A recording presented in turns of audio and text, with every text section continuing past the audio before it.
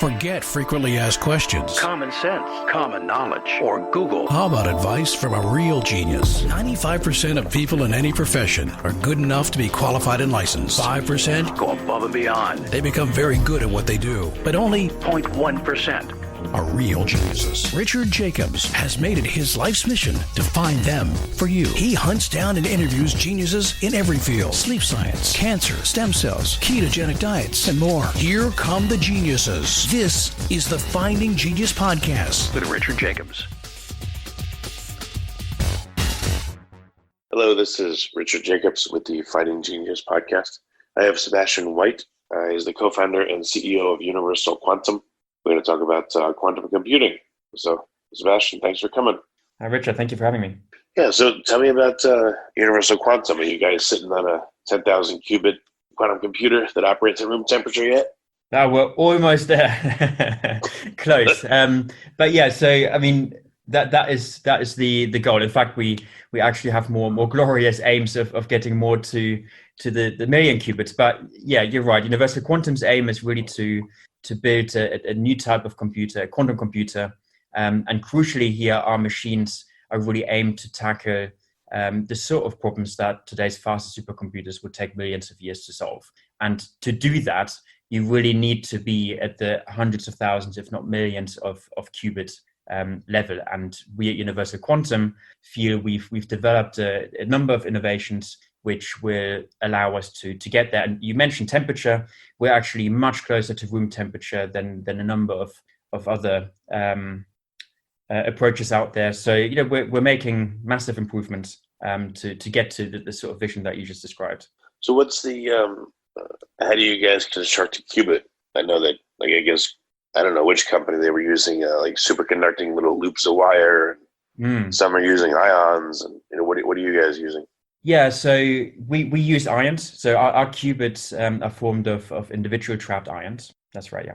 Okay, and anything I ask you, by the way, if you can't answer or is proprietary, feel free. Oh no, say, absolutely. Well, there's no secret in the platform that we use. So it is trapped ions for us, and trapped ions are often a bit more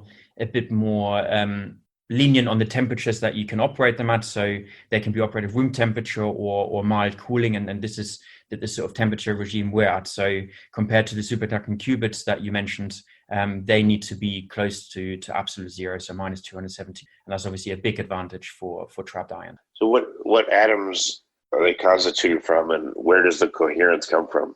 Yeah, so we actually use ytterbium ions. They're very robust, very resilient. We're a big fan of ytterbium, and generally in the trapped ion quantum computing game, one of the big advantages of trapped ions is actually the coherence time. So for how long these qubits can keep that information alive, which for trapped ions is really seconds compared to microseconds, milliseconds that some other platforms have to work with. The key thing really, and especially for us, is why it comes in when you think about how to process that information. So if you want to carry out these logic gate operations, which you then turn into an algorithm, that's really where a key also for us comes in, where traditionally people in the trapped ion quantum computing architectures like to use laser beams, which works really well on small scale systems. But purely because we are really passionate about developing machines which have thousands, millions of qubits, we actually moved away from the whole laser technology and moved over to microwave technology, which actually gives us a little bit of an edge to scale to much larger system sizes in a very high level way. So how are you creating the coherence? If you can go into a little bit of the details, what are you doing to induce the state of the atoms to make them cohere? What is it about them that's cohering? Is it spin? Is it what is it? Yeah, it's the spin for us, absolutely. So we initialize specific atomic states within the ion, and this qubit is then formed out of two atomic states, which can be manipulated using external radiation, so lasers, for example, or in our case, microwave radiation. And these atomic states, as it turns out, are actually quite resilient to the external environment. which can often lead to decoherence or a loss of information. So it's a nice feature of ions that these atomic states, if you pick the right ones, that they're actually very well isolated from the environment. The source of the microwaves, how do you make sure that it's only putting out, let's say, just the right wavelength, or the ions you have? I guess they're even if there's variation in let's say the frequency of the microwave radiation, that you'll still create the same ionic state and you won't disturb it, and it'll be able to cohere. Yes, that's a really good question, actually. So one of the nice things about using microwaves is that it's using really well-established technology. The sort of microwave RF technology you find in your phone, for example. This is what we use. So to create a very stable, precise frequency is very, very simple. You can buy these boxes off the shelf, and the frequency doesn't really change. So that's a big advantage over some of these big, complicated laser systems that you need to use. And now in terms of and I think what you may be referring to is crosstalk. You have to be careful that when you address a qubit and you manipulate that qubit, that you don't interact with any other qubits in the system. And that's usually a very big problem in quantum computing. Now for us, again, we've got a very unique technique where this crosstalk largely disappears for us, actually, where we can tune our qubits in such a way that they only interact with very specific external frequencies that we apply, and don't see any other microwaves that we apply to the computer. It's a very neat, unique feature that we have in our machines. So how do you trap an ion? What's it trapped in? Yeah, so an ion trap is trapped using an ion trap, which is basically a mechanical structure to which we apply a combination of static and oscillating electric fields. And if we do this right, it basically produces a potential minimum, like a saddle potential, like an oscillating saddle potential. And because this is an electric field, it will actually interact with an ion, which is a charged atom. And this charged atom, this will basically feel this electric field and fall into this potential minimum. And that's basically then how we catch it and eventually cool it down to actually do some operations with it. Okay. Then how many, I don't know, do you have an estimate of the error rate? You said you had reduced crosstalk a lot, but how many qubits on average are you able to cohere, and for how long? And do you have any estimation of your error rates? Absolutely. So the one thing, so the trapped ion community as a whole is actually holding the world record for the qubit gate fidelities, for the coherence time. Universal Quantum is obviously a newer company which is building up new machines right now. It is a spin out from the University of Sussex, where we have a number of prototype quantum computers in operation, and that knowledge will obviously be transferred over to Universal Quantum. But the great thing really is that we can build on a very good qubit that's been well developed over the years. So again, the systems that you build, on average, how many qubits have you been able to get up to where it's at least somewhat stable for a couple seconds?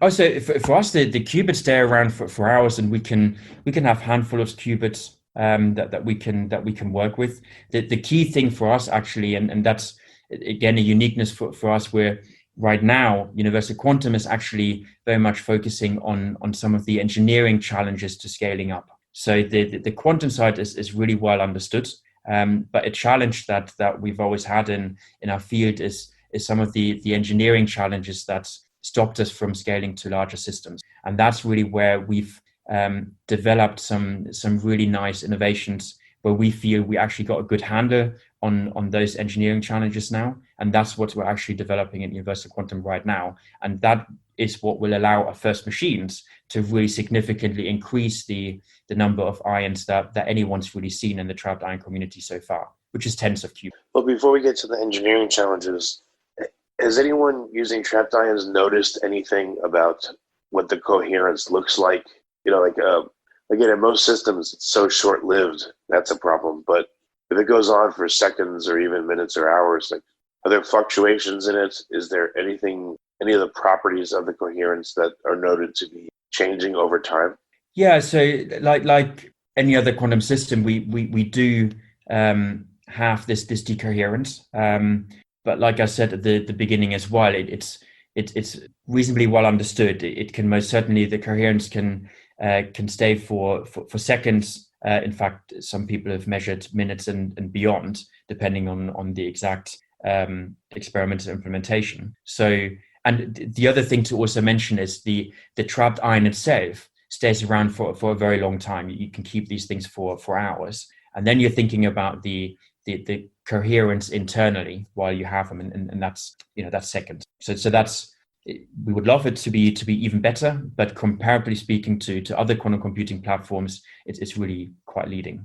Well, I'm saying if you're coherent for a long period of time or a significant period, you may be able to observe decoherence happening. Let's say on like a microsecond by microsecond basis, or picosecond by picosecond basis, and maybe in that, by watching decoherence happen, you would learn something about the process by which it happens that other systems couldn't see because it happens, quote unquote, too fast.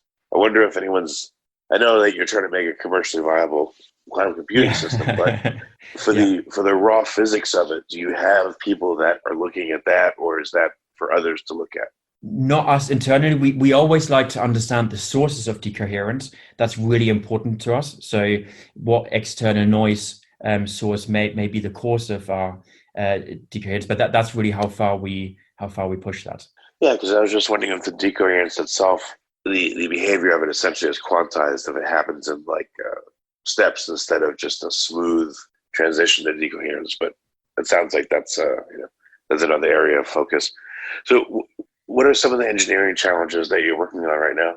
So it's very much integration. So at Universal Quantum, we really believe that in order to scale to larger system sizes, you need to integrate all of the key technologies onto a chip.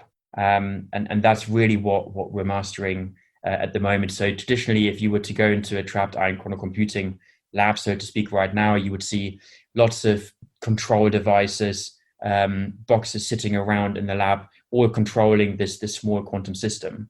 And what we're really doing is we're developing custom chips, which in a way act as standalone mini quantum computers that we can connect together in a tile form to really scale up to, in principle, arbitrary size. That's the sort of high level thing. We're obviously got a lot of work to do there, but for us, it's integration.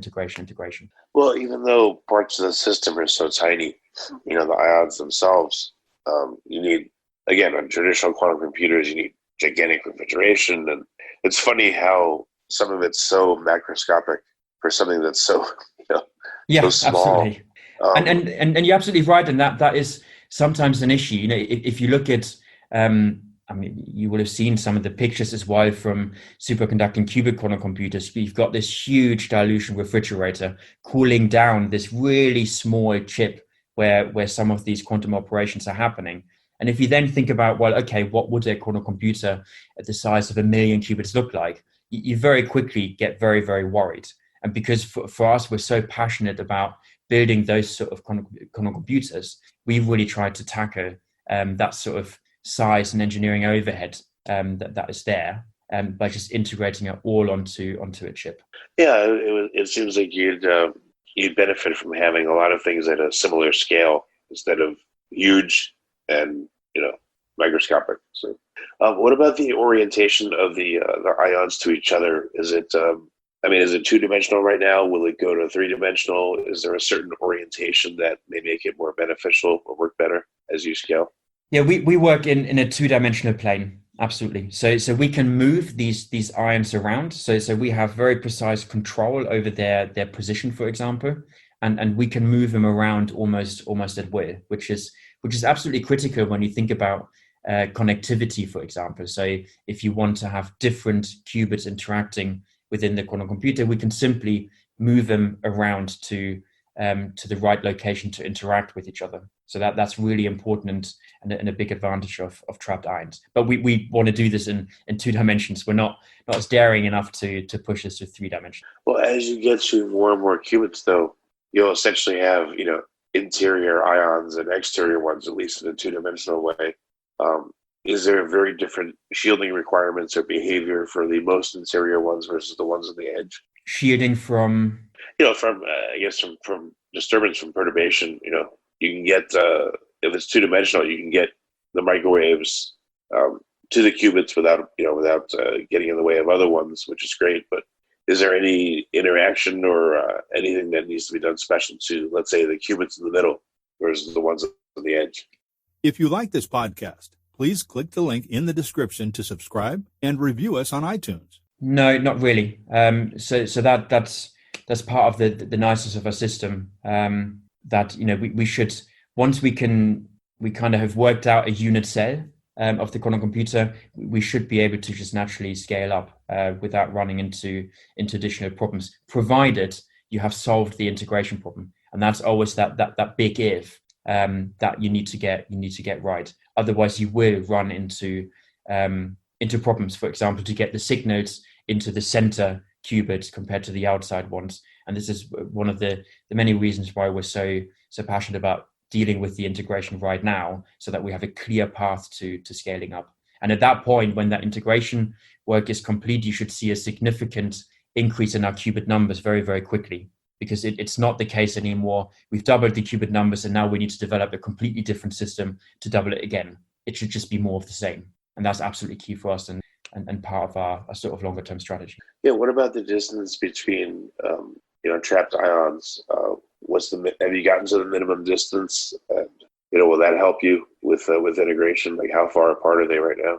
No, that's not a big aim. So when we bring two qubits together, they're normally separated by a few micrometers. That is not something we're necessarily pushing. I think that's okay from a size scale.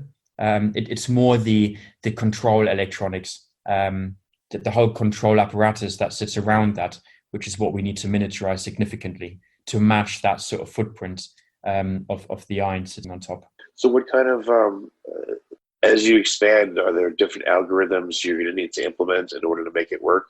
Like, do the algorithms that exist right now, will they work on, a system with a few number of qubits versus a lot? Or do you need new algorithms to take advantage of, more powerful systems? That's a great question. So there's obviously a lot of algorithm work going on, and it starts at the highest level, which then needs to be compiled down into the lower level control signals that actually operate our quantum computers. And there's a lot of work that goes into that to translate that into the right way.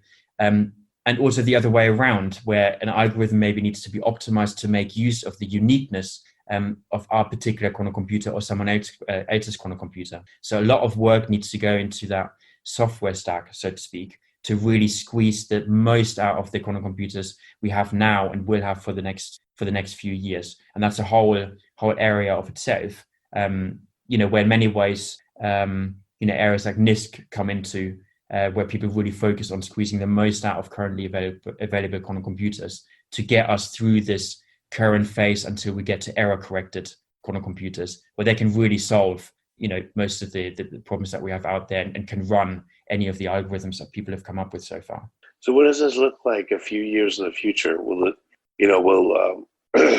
quantum computers be integrated with traditional ones, and, will they work together?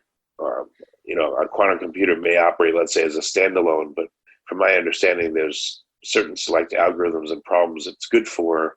Well, our current computers are good for other ones. Perhaps an integration of the two would be the most Absolutely. Powerful.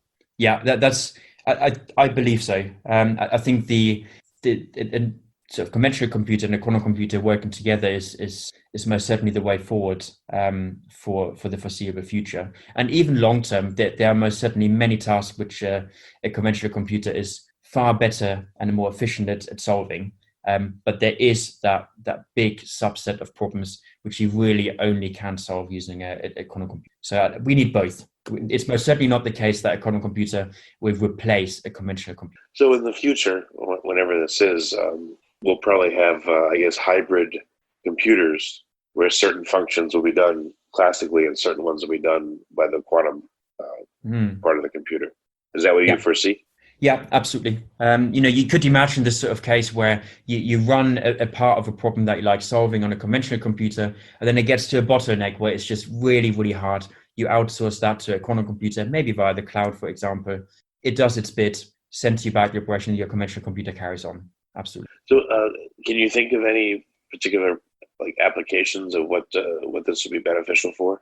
Well, I mean, I think quantum computing in general is already understood to, most likely have a very big impact on the pharmaceutical industry, developing new drugs, helping with developing new materials in big data, machine learning. That there are big application areas in that space. It really does go across the sector, and I think one thing to really bear in mind is that I really feel we haven't even found the killer application for quantum computing yet. Even though we already know of a lot of great applications, there's a lot more to come. If you think about how many quantum algorithm developers there are in the world right now, how many people are really thinking about applications compared to conventional computing, it's, there's a lot more to be discovered there. And that is part of what makes this so exciting. We already know a lot. We already know enough to make it worth the work that we're going to go through, but there's a lot more to be discovered. Similar to how conventional computers started up in the 40s, 50s, etc. Are there any particular problems that in the industry are well known that people will be really super excited to be able to solve with quantum computers? I mean, personally, I am really excited about the pharmaceutical space, purely because I'm really excited about having a big impact on society, and I think in the drug discovery space, there's a lot of room for improvement once we have a platform which can really understand chemical reactions better and so on. And I think that is a really high impact route quantum computers can open up. So I'm super excited about that. But in the end of the day, we're really developing a resource for people to use in the end. And I'm sure that it will be used for a wide variety of different applications. But we still have a way to go. That's the important thing to remember as well. We're not quite there yet. Yeah. So what do the next 5 years look like for universal quantum? What do you think you'll be able to accomplish? Yeah, I can't go into super much detail there, but you can most certainly imagine that we will have machines available for the general public, for our partners, using a technology solution where we can really say that we will very soon afterwards be scaling up significantly on the qubit numbers. I think that's absolutely critical, that people will be developing use cases on our machines where we can say, look, here's a very clear path to 1 million qubits. We won't be there in 5 years' time, but we will most certainly have machines which will use technology solutions which naturally will get us to the 1 million qubits much faster than anyone else would. Well, very cool. So what's the best way for people to find out more and keep tabs on your progress? Yeah, definitely go onto universalquantum.com. There's a website there where you can keep in touch. You can you can get in touch with us, find out more. Absolutely, that's the best way to, or follow us on LinkedIn, for example. But the website is really a good place to start. Okay, well, very good, Sebastian. Thanks for coming. And it's it'll be very interesting to see what comes of it. So thank you for being here. Thank you so much for having me. Thanks a lot. If you like this podcast, please click the link in the description to subscribe and review us on iTunes. You've been listening to the Finding Genius podcast with Richard Jacobs. If you like what you hear, be sure to review and subscribe to the Finding Genius podcast on iTunes or wherever you listen to podcasts. And want to be smarter than everybody else? Become a premium member at findinggeniuspodcast.com. This podcast is for information only. No advice of any kind is being given. Any action you take or don't take as a result of listening is your sole responsibility. Consult professionals when advice is needed.